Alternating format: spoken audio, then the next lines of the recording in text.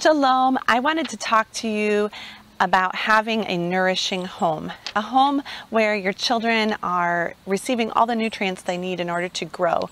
And I literally do mean in a food kind of way, because if you look up the word nourish in the Hebrew Bible, the word means chaya, and it comes from the word chai, which is life.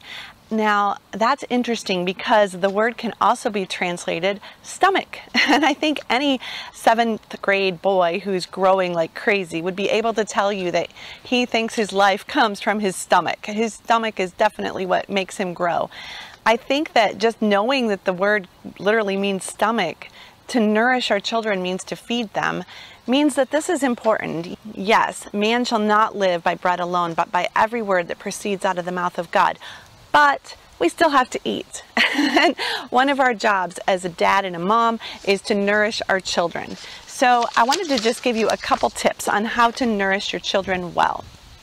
I know of a little boy who has eaten processed and store-bought food so long that he's now at the point where he will only eat hot dogs, ketchup, and chips. And that just makes me so sad, because for breakfast, lunch, and dinner, all snacks, it must be ketchup, hot dogs, or chips. And obviously that's not going to provide him with the nourishment that he needs to grow. His parents are very worried about him, but I think that many of us in the United States are living like this. The brain needs two things to grow. It needs oxygen and glucose, and this is to grow new neurons. And our brain is the most important part of homeschooling. If we don't have a strong brain that is able to form new neurons, it's going to be really difficult to homeschool. It needs oxygen in order to grow those new neurons, and so one of the ways we can nourish our children is by ensuring that they get outside and play, that they strengthen their upper chest and their arm muscles so that there is plenty of room for the lungs to expand. And we also need a good blood supply. Red blood cells, specifically hemoglobin, carry the oxygen throughout the body and get it to the brain so that the brain can have the oxygen it needs. So it's not just having lots of breathing and oxygen and running around in big chest capacity, but it's also having proper nutrition. Without that nutrition, the oxygen won't really help you. So it's also really important to provide the glucose that our body needs, and that can come from simple sugars, but everything that we eat is converted into glucose. So we need more than just sugar, because we need, like I said, to have to build up the blood supply, to build up the organs, to build up our skin, all of the things that our body needs to grow. Our children especially are growing, building new teeth, just gaining in height. And so they need good nutrition for both the oxygen and the glucose to make the brain function. We also need good protein to build neurons, to make and repair cells, to provide energy. I know our children definitely all need energy. And without proper fuel, you'll see children that are fatigued, that have cell damage, and even cell death. And that is not what we want for our children. And it's interesting that we cannot use the brain stimulation that we get from all of our learning and education without that proper nutrition. It's like taking in oxygen, and it's wasted without nutrition to carry it through the body. If we also take in brain stimulation of any kind and don't have nutrition, it's wasted as well. It's gone, and you have to do it over. I read a study online recently that just made me so sad. It said that only 1% of children between the ages of 2 through 19 eat a nutritious diet in the United States. 1% eat a good diet? That means if you lined up 100 children you know, do you even know 100 children? If you lined up 100 children in a line, 99 of them would be eating poor nutrition. And that means that they're not functioning the way they should, and they're not going to be able to grow and learn. Good nutrition, according to this article, included vegetables, fruit, whole grains, dairy, and meat. Some of the problems that result from not having good nutrition include leaky gut, low acid, which means you can't digest your food, peristalsis, which the muscle contractions in your body that move the food along through your system, they're not able to work. Inability to absorb nutrients, obviously, if all of those things are happening, and decreased blood circulation, not only in the brain, but in the stomach lining and intestines, throughout the entire body. Everything is just not functioning the way it should, and it's kind of pointless to have a good education without good nutrition. So I wanted to think about some foods that we want to avoid in our homes if we want to nourish our children. First of all, that would be any foods that are considered biblically unclean according to Leviticus chapter 11. So I would recommend that you read those chapters, and then it's not just your obvious stuff like taking bacon out of your diet or making sure your children never eat shrimp, but it's also the not so obvious things that hide in those obscure ingredients on the back of a food label. So I would encourage you to get in the habit of reading every single food label and making sure that you know what the ingredient is and what the source of that ingredient is. And yes, that requires a lot of research and time, but it's so worth it because a lot of things are just hidden and they're unclean. Also, avoid commercial and processed food. Now, any food that is cooked or made in the kitchen is technically processed. To process just means to turn it from one state to another. So baking bread is processing wheat.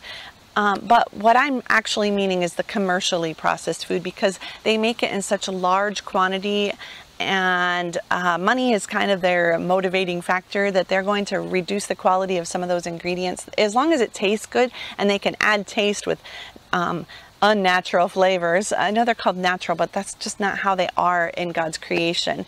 For us to be able to just manufacture a molecule in a lab somewhere in New Jersey and insert it into food to make your taste buds say, wow, that tasted like strawberry, and yet it hasn't ever seen a strawberry. There's no strawberry anywhere near it. All it is tricking our brains that there's good nutrition there and there's not. So all of these are things that you need to avoid. I would also avoid things like high fructose corn syrup, which is questionable in any universe if it's even good for us or even clean. Did you know that the process of making high fructose corn syrup, of turning corn syrup into something that's known as high fructose corn syrup, that they have to pass all of the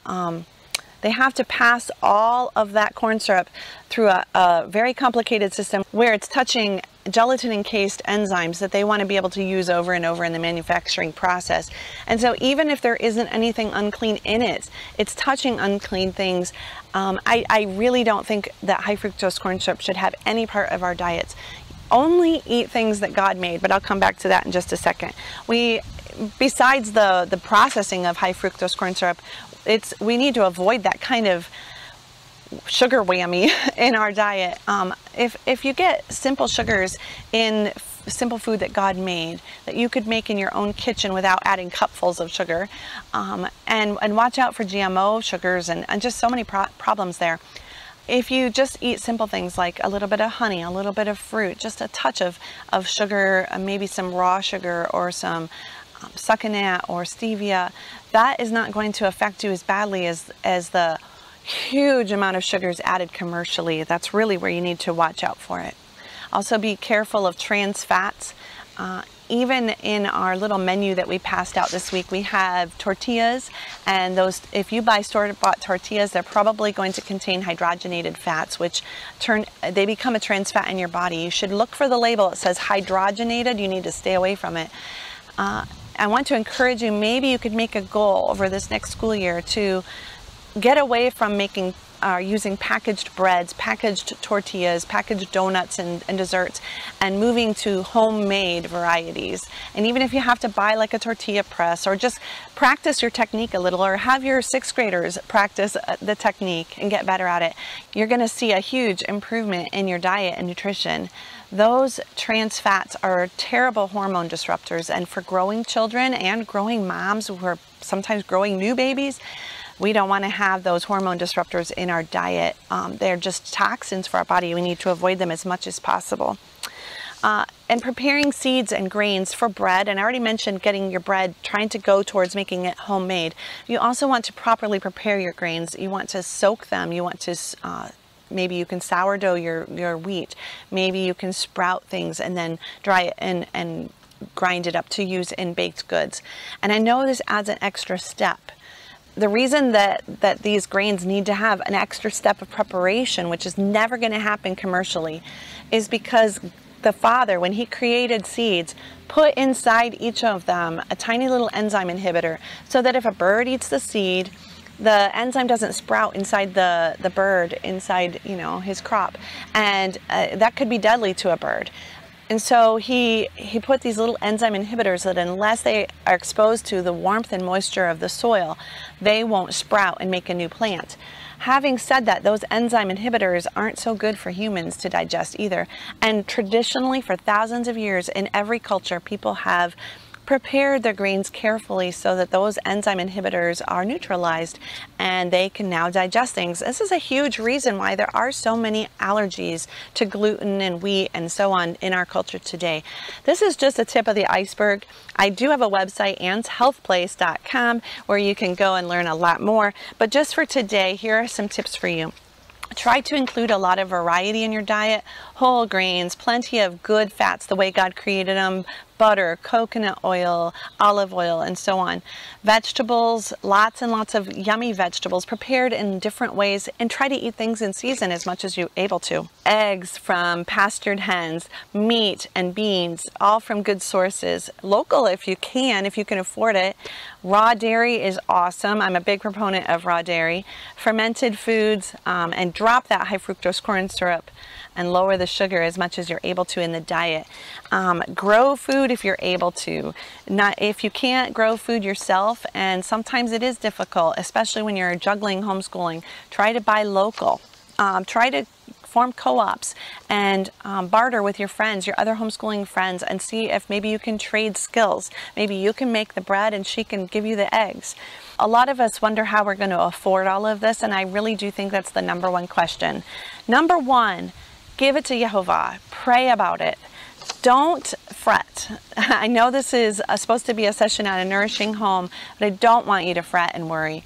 As you go and eat your lunch today, and as you thank the Father for the food that is in front of you, also ask Him to help you be creative, to provide in unique ways. He is a master at providing. I have to tell you a little story. One time I learned about the benefits of raw milk, but I didn't know how in the world we would ever first find a farmer with raw milk. This was back in the year 2000. Or how we would ever afford such a unique thing. How would I have the time to go get it? I had 3 little children, one was a baby. How in the world would we ever do this? And I remember sitting at lunch with my kids, and I was talking to my oldest son, who is 4 at the time, and my daughter, who is little tiny, maybe 18 months old. And I said to my son, "Oh, I wish we could find someone with cows, and I wish we could afford raw milk. I don't think we'll ever be able to afford it." And my son said, "Well, God owns the cattle on 1,000 hills. I know He can find milk for us." And I felt bad. Oh my, I'm worrying. And here's my 4-year-old with all this trust. Okay. And so we prayed for our food at lunch, and he prayed that God would supply some milk for us. And I'm like, oh, kind of had a bad attitude and a little bit worried that what would we do if now we couldn't find raw milk? Now my son's going to think God doesn't provide. Oh my goodness, I was actually more stressed than ever. Wouldn't you know it, that afternoon I got a phone call from a friend who told me about a farmer nearby who would be willing to deliver raw milk from his pastured herd, and it would be $2 a gallon, and he would deliver it to our house and put it in the refrigerator for us.